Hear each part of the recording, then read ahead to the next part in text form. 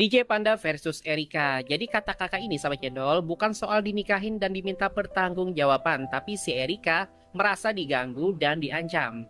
Nah lo, jadi betul ya di podcast Erika dengan Deddy Corbuzier mengatakan bahwa beliau tidak minta dinikahin dan tidak meminta pertanggungjawaban kok, tapi justru merasa diintimidasi oleh si pelaku yang diduga adalah DJ Panda.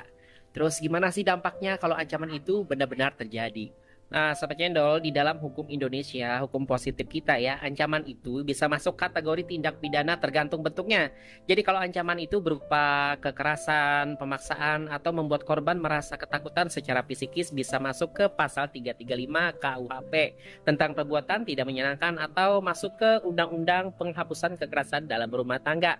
Misal kalau seandainya hubungan mereka itu tergolong domestik. Bisa juga sih ya masuk ke Undang-Undang TPKS jika mengandung unsur seksual dan kontrol atas korban. Tapi ingat, perlu bukti kuat seperti rekaman, chat, atau saksi-saksi. Karena tanpa itu, Sahabat Cendol, hukum nggak bisa bergerak hanya dari asumsi atau dugaan. Nah, Sahabat Cendol, hamil di luar nikah itu emang tidak serta-merta dapat dijadikan dasar pidana. Tapi kalau sudah ada ancaman, pelecehan, atau tekanan psikis, itu udah beda cerita. Jadi bukan cuma soal urusan hubungan pribadi ya, ini bisa jadi urusan hukum yang serius dan harus ditangani lewat jalur resmi.